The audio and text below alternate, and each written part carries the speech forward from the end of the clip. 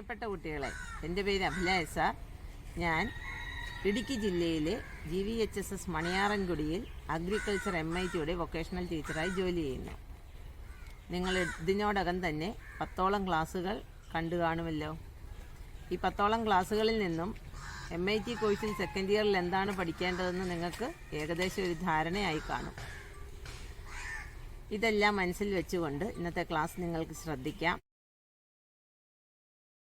ഒരു drip irrigation system സ്ഥാപിക്കുന്നതിന് മുൻപായി ശ്രദ്ധിക്കേണ്ട കാര്യങ്ങൾ അഥവാ മുൻവ്യവസ്ഥകൾ. പ്രീറിക്വിസിറ്റ് എന്ന് വെച്ചാൽ മുൻവ്യവസ്ഥ.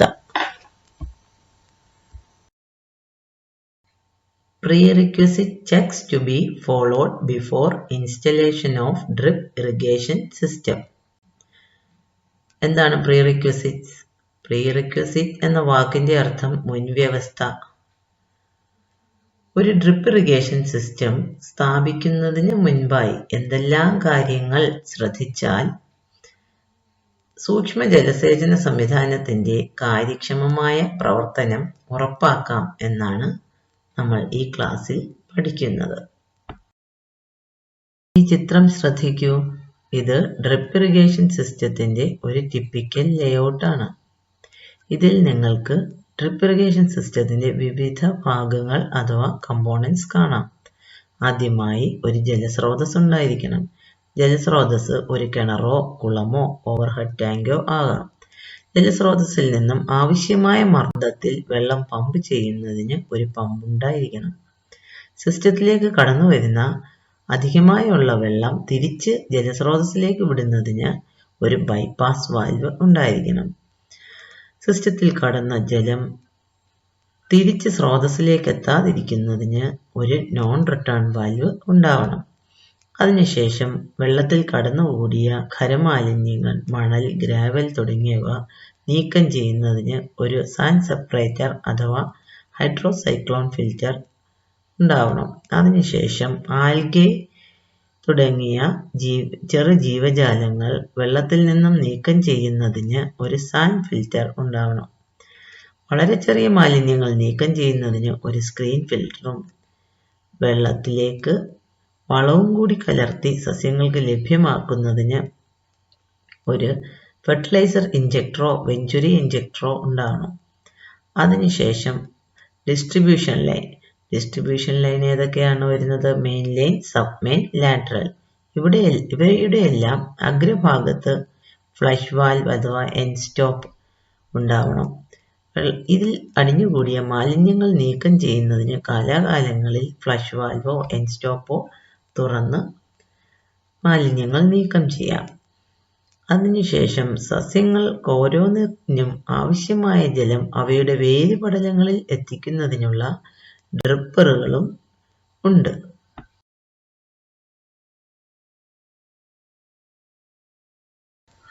ആദ്യമായി കൃഷിയിടത്തിന്റെ ഭൗതിക സാഹചര്യങ്ങളുമായി ഡിസൈൻ ഒത്തുനോക്കണം. ഇങ്ങനെ ഒത്തുനോക്കുമ്പോൾ കൃഷിയിടത്തിന്റെ ഭൂമിയുടെ പ്രത്യേകതകൾ, ഭൂമിയുടെ ചരിവ്, മണ്ണിന്റെ പ്രത്യേകതകൾ, വസ്തുവിന്റെ വിസ്തീർണം, നീളം, വീതി എന്നിവ ശ്രദ്ധിക്കണം. ഇവ ഡിസൈനുമായി ഒത്തുനോക്കുമ്പോൾ ഒരേപോലെയാണെന്നും ഉറപ്പാക്കേണ്ടതാണ്.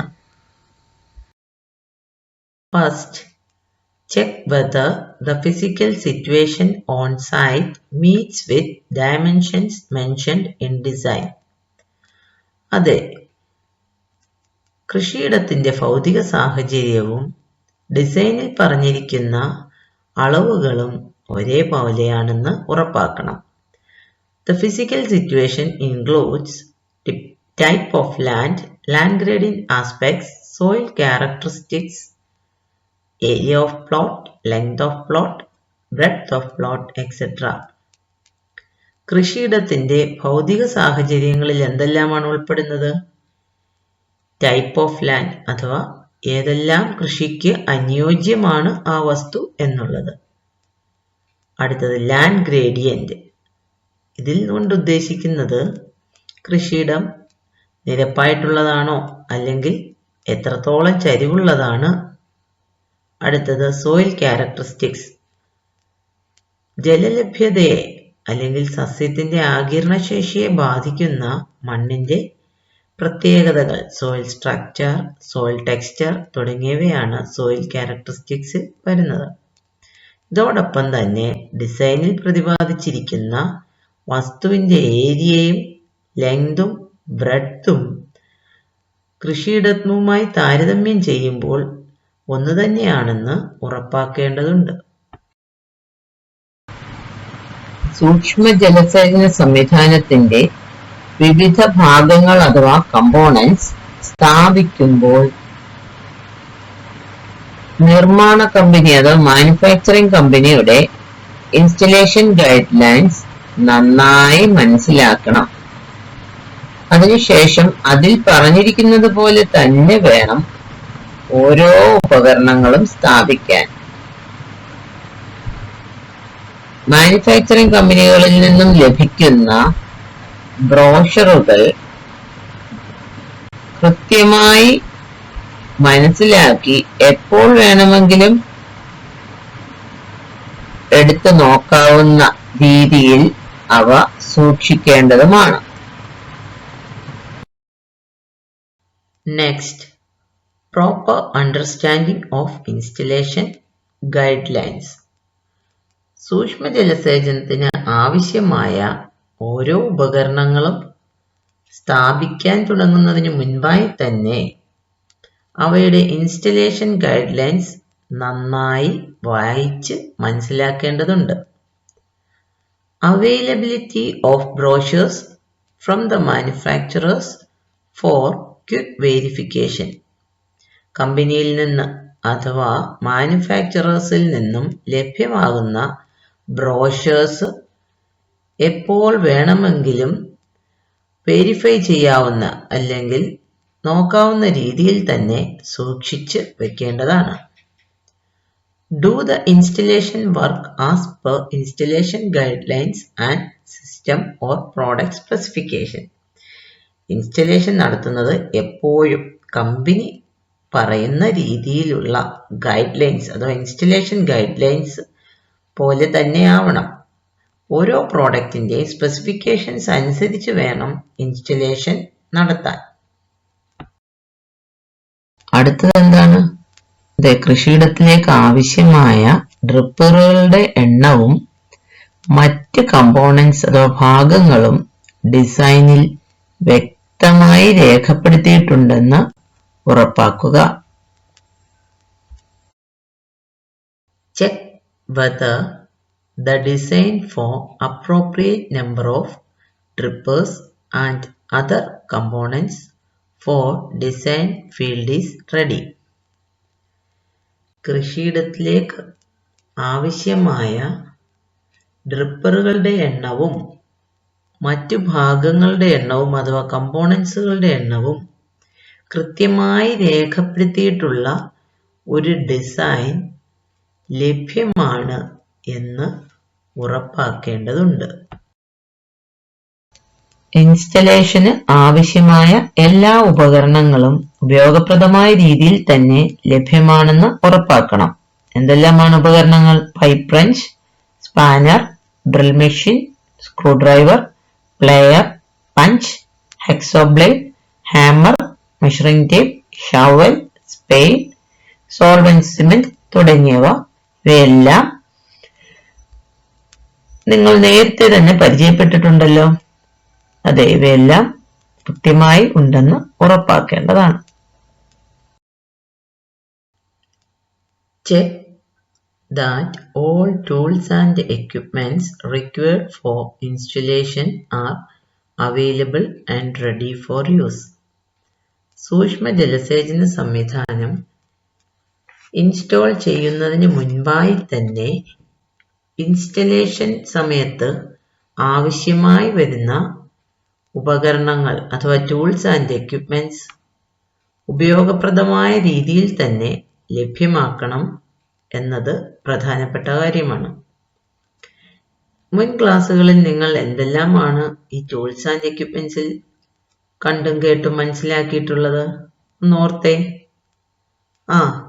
എന്താണ് spanner set, pipe wrench, hacksaw blade, drilling machine, drill ബിറ്റുകൾ, ഹോസ് പഞ്ച്.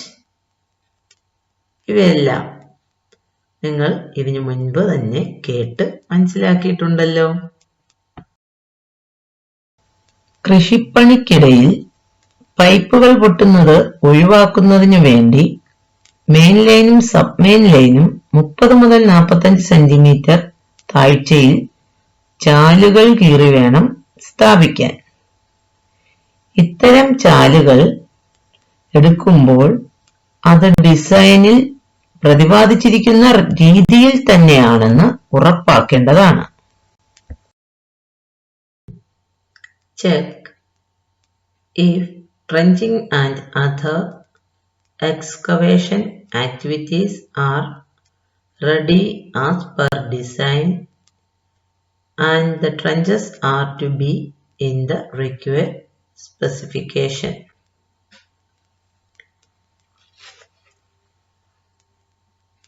പൈപ്പുകൾ കേടുപാടുകൾ ഉണ്ടാകാത്ത രീതിയിൽ മണ്ണിനടിയിലേക്ക് സ്ഥാപിക്കുന്നതിനു വേണ്ടി എടുക്കുന്ന ചാലുകൾ ഡിസൈനിൽ പറഞ്ഞിരിക്കുന്ന സ്പെസിഫിക്കേഷനിൽ തന്നെയുള്ളതാണെന്ന് ഉറപ്പാക്കണം.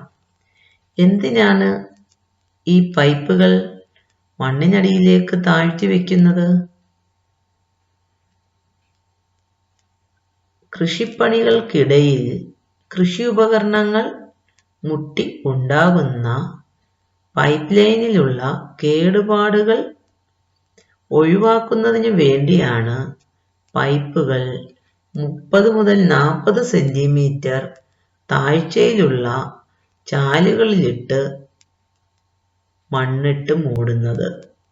പ്രധാനമായും മെയിൻ ലൈനും സബ് മെയിൻ ലൈനുമാണ് മണ്ണിനടിയിൽ 30 മുതൽ 40 സെന്റിമീറ്റർ താഴ്ചയിലുള്ള ചാലുകളിൽ ഇടുന്നത്.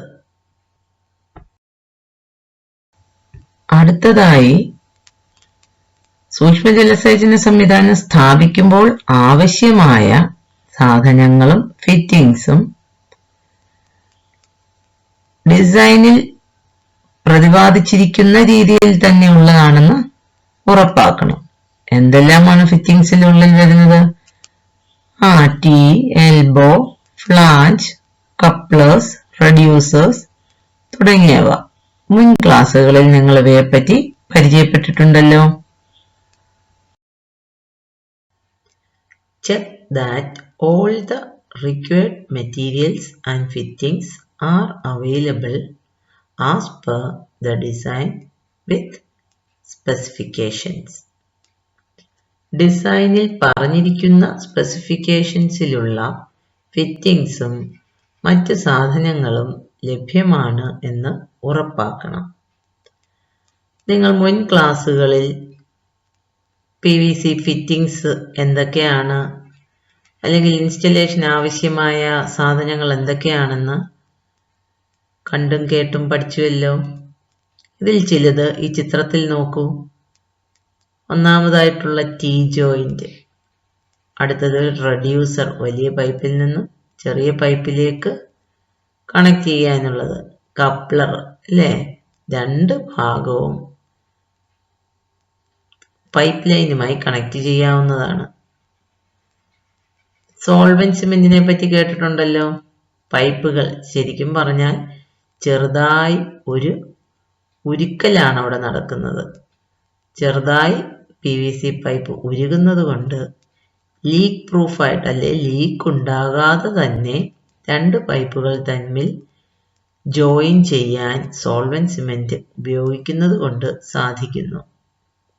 അടുത്ത ഇൻസുലേഷൻ ടേപ്പ്, കണക്ടേഴ്സ്, വാൽവുകളും എല്ലാം പൈപ്പ് ലൈനിൽ ഘടിപ്പിക്കുമ്പോൾ ഇൻസുലേഷൻ ടേപ്പ് ഉപയോഗിക്കുന്നത് കൊണ്ട് ആ ത്രെഡ് ജോയിന്റിലൂടെയുള്ള ലീക്കുകൾ ഒഴിവാക്കാവുന്നതാണ്. ഇനിയും പലതരം ഫിറ്റിംഗ്സ് ഉണ്ട്. ഇതെല്ലാം നിങ്ങൾ മുൻ ക്ലാസ്സുകളിൽ കണ്ടും കേട്ടും മനസ്സിലാക്കിയെന്ന് വിശ്വസിക്കുന്നു. അടുത്തത് എന്താണ് ശ്രദ്ധിക്കേണ്ടത്? അതെ, ഏറ്റവും പ്രധാനപ്പെട്ട ഹെഡ് യൂണിറ്റ് സ്ഥാപിക്കുന്നതിന് ആവശ്യമായ ഉപകരണങ്ങളും ഫിറ്റിംഗ്സും ലഭ്യമാണെന്ന് ഉറപ്പാക്കണം. അതെ, ഡിസൈനിൽ പ്രതിപാദിച്ചിരിക്കുന്ന രീതിയിൽ. എന്തെല്ലാമാണ് ഈ ഹെഡ് യൂണിറ്റിൽ ഉൾപ്പെടുന്നത്? പ്രധാനമായിട്ടും വാട്ടർ സോഴ്സ് ഉണ്ടായിരിക്കണം, അല്ലെ? ഒരു ജലസ്രോതസ്. ഈ ജലസ്രോതസ്സിൽ നിന്നും വെള്ളം പമ്പ് ചെയ്യുന്നതിന് ആവശ്യമായ ഹോഴ്സ് പവറിലുള്ള ഒരു പമ്പ് വേണം. കൂടാതെ പലതരം വാൽവുകൾ, ജലത്തിലടങ്ങിയ മാലിന്യങ്ങൾ നീക്കം ചെയ്യാനുള്ള ഫിൽട്ടറുകൾ, ജലത്തോടൊപ്പം വളവും ലഭ്യമാക്കുന്നതിനാവശ്യമായ ഫെർട്ടിഗേഷൻ ഉപകരണങ്ങൾ, കൂടാതെ PVC ഫിറ്റിംഗ്സും ആവശ്യമാണ്. ഇവയെല്ലാം ഡിസൈനിൽ പ്രതിപാദിച്ചിരിക്കുന്ന രീതിയിൽ തന്നെ ഉണ്ടെന്ന് ഉറപ്പാക്കുക. Check for pump set connection and availability of required fittings for head unit. സൂക്ഷ്മ ജലസേചന സംവിധാനം ഇൻസ്റ്റാൾ ചെയ്യുന്നതിന് മുൻപായി പമ്പിന്റെ കാര്യക്ഷമമായ പ്രവർത്തനത്തിനും ദീർഘനാളത്തെ പ്രശ്നരഹിതമായ പ്രവർത്തനത്തിനും ആവശ്യമായ വൈദ്യുതി കണക്ഷൻ ലഭ്യമാണോ എന്ന് പരിശോധിക്കണം. അതോടൊപ്പം തന്നെ ഹെഡ് യൂണിറ്റിന്റെ വിവിധ ഭാഗങ്ങൾ സ്ഥാപിക്കുന്നതിന് ആവശ്യമായ ഫിറ്റിംഗ്സ് എല്ലാം ലഭ്യമാക്കണം. ഫിറ്റിംഗ്സിൽ എന്തെല്ലാമാണ് ഉൾപ്പെടുന്നത്? അതെ, നിങ്ങൾ നേരത്തെ ക്ലാസ്സിൽ ഒന്ന് ഓർത്തു നോക്കൂ. ടീ, എൽബോ, കപ്ലർ, റെഡ്യൂസർ തുടങ്ങിയവ. ഹെഡ് യൂണിറ്റിൽ എന്തെല്ലാമാണ് വരുന്നതെന്നൊന്ന് ഓർത്തേ. ജലസ്രോതസ്സിൽ നിന്നും മതിയായ മർദ്ദത്തിൽ ജലം സിസ്റ്റത്തിലേക്ക് എത്തിക്കുന്നതിന് വേണ്ട പമ്പ് സെറ്റിൽ നിന്നും വരുന്ന അധികമായ ജലത്തെ തിരിച്ച് ജലസ്രോതസ്സിലേക്ക് വിടുന്നതിനുള്ള ഒരു ബൈപ്പാസ് വാൽവ്, അതിനുശേഷം സിസ്റ്റത്തിൽ കടന്ന ജലം വളവുമായൊക്കെ കലർന്ന് തിരിച്ച് ജലസ്രോതസ്സിൽ എത്തുന്നത് തടയുന്നതിനുള്ള ഒരു നോൺ റിട്ടേൺ വാൽവ്, വിവിധ തരം മാലിന്യങ്ങൾ നീക്കം ചെയ്യുന്നതിനുള്ള ഫിൽറ്റേഴ്സ്. എന്തെല്ലാമാണ് filters? Hydrocyclone filter, sand filter, screen filter, disc filter. അതിനുശേഷം ഫെർട്ടിഗേഷൻ ആവശ്യമായ ഫെർട്ടിഗേഷൻ യൂണിറ്റിൽ ഉൾപ്പെടുന്ന ഉപകരണങ്ങൾ എന്തെല്ലാമാണ്? Fertiliser tank, fertiliser injector, venturi injector തുടങ്ങിയവ. ഇവിടെയൊക്കെ പ്രവർത്തനത്തെ നിരീക്ഷിക്കുന്നതിന് വേണ്ടിയുള്ള പ്രഷർ ഗേജുകൾ, ഇവയിലേക്കുള്ള വെള്ളത്തെ നിയന്ത്രിക്കാൻ അല്ലെങ്കിൽ ഇവയുടെയൊക്കെ ഫ്ലഷിംഗ് സമയത്ത് ഉപയോഗിക്കേണ്ടി വരുന്ന വെള്ളത്തിന്റെ അളവിനെ അല്ലെങ്കിൽ ദിശയെ നിയന്ത്രിക്കുന്നതിന് വേണ്ടിയുള്ള വിവിധ തരം വാൽവുകൾ, ബോൾ വാൽവുകൾ, ഗേറ്റ് വാൽവുകൾ തുടങ്ങിയവ. ഇവയെല്ലാം സിസ്റ്റത്തിൽ സ്ഥാപിക്കുന്നതിന് ആവശ്യമായ ഫിറ്റിംഗ്സ് എല്ലാം ലഭ്യമാണ് എന്ന് ഉറപ്പാക്കേണ്ടതുണ്ട്. സൂക്ഷ്മ ജലസേചന സംവിധാനം സ്ഥാപിക്കുമ്പോൾ മതിയായ സുരക്ഷാ മുൻകരുതലുകൾ സ്വീകരിക്കേണ്ടതാണ്. ഇതോടൊപ്പം തന്നെ ഇവ സുരക്ഷിതമായി പ്രവർത്തിപ്പിക്കുന്നതിന് വേണ്ടിയുള്ള രീതിയിലാവണം ഇവ സ്ഥാപിക്കാൻ. അല്ലാത്ത പക്ഷം പലതരം അപകടങ്ങൾ ഉണ്ടാകാൻ സാധ്യതയുണ്ട്.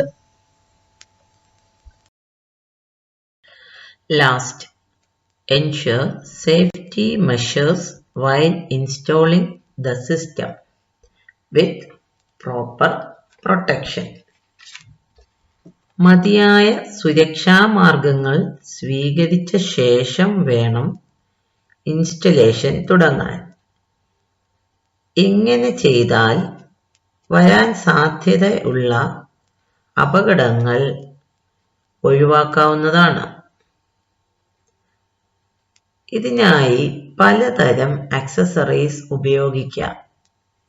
അതിൽ ചിലതാണ് gloves, gumboot, helmet, face screen അഥവാ ഫേസ് ഷീൽഡ്, വെൽഡിംഗ് സമയത്ത് കണ്ണിനെ പ്രൊട്ടക്റ്റ് ചെയ്യുന്നതിനുള്ള കണ്ണാടികൾ, PPE കിറ്റുകൾ, ഹെൽമെറ്റ് തുടങ്ങിയവ.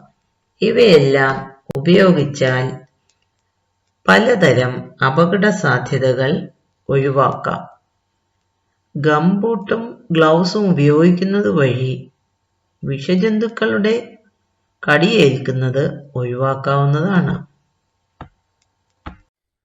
അപ്പോൾ ഇതുവരെ പറഞ്ഞ കാര്യങ്ങളെല്ലാം നിങ്ങൾക്ക് ഏകദേശ ധാരണ ഉണ്ടായി കാണുമല്ലോ.